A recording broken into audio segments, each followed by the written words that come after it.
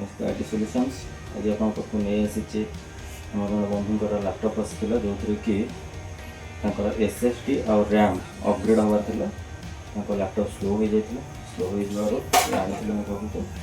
जोटा कि आम देखला जानीपारू कि हार्ड डिस्क सकाशे लैपटॉप स्लो हो जाए तेणु सी आम कहले लैपटॉप को अपग्रेड करने तेणु बर्तमान आम लैपटॉप को अपग्रेड करुचु एसएसडी आउ रैम अपग्रेड लैपटॉप अपग्रेड करवा लैपटॉप मॉडल थी एचपी रो जो कि आपंकर हार्ड डिस्क ऑलरेडी पड़ी आपंकर डीवीडी राइटर भी पड़ी रैम गोटे अच्छी तेणु ऑलरेडी पॉइंट स्लॉट देती जो कि आपंकर M2 SSD लगिपर वर्तमान समय आपंकर जेकोसी पुराणा 2 वर्ष 3 वर्षर लैपटॉप वर्तमान ओएस जो गुड़ा आसूची आपंकर window 11 window 10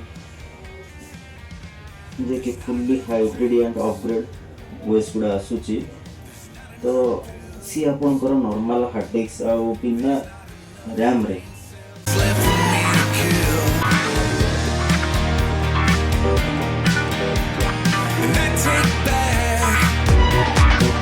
SSD RAM already पड़ीगला laptop रे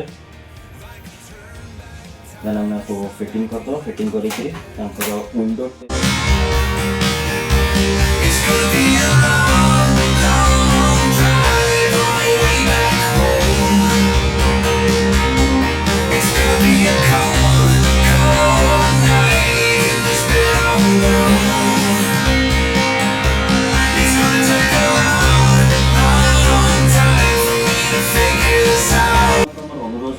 सॉल्यूशन तरफ जोटा कि आपंकर लैपटॉप हो डेस्कटॉप हो कि आपंकर सीसीटीवी हो जेकोसी इलेक्ट्रोनिक जिन 6 मास भर सर्विसिंग कर दियो जोटा कि सर्विसिंग कॉस्ट मेजदा आईटी सॉल्यूशन आपंकर जेन्युइन प्राइस निया जाए जोटा कि बाजार मूल्य भी कम रही पैसा आपंकर सर्विसिंग हो तेणु दयाकोरी आपंकर बहुमूल्य जिनस गुड़ी आप सर्विस करें जहाँकि ताहार चलबार लैपटॉप जहाँकि आम पाखे दीर्घ 5 वर्ष होगा सर्विस मेंटेनेंस वगैरह सब हो आसूँ बोले आज पर्यटन परफेक्टली चली आगू चलबार